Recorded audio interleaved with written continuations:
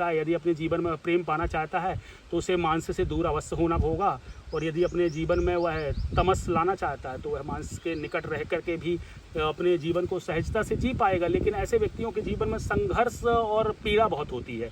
मतलब यह जो तमस के साथ चलते हैं उन व्यक्तियों के हृदय में आप प्रेम के भाव होते नहीं हैं, तो आप ना उनके हृदय में आप प्रेम देखेंगे ना स्नेह देखेंगे, बल्कि आप एक तरह से उग्रता अवश्य देख सकते हैं। तो उनका एक नेचर तामसिक प्रवृत्ति होने के कारण एक आक्रामकता उनके स्वभाव में जन्म लेती है, और वह आक्रामकता उनके स्वयं के परिवार के खिलाफ भी कई बार खड़ी हो जाती है, जिससे आपके रिश्ते, आपसी जो सौहार्द है, आपसी प्रेम है, वह भी बिगड़ जाता है।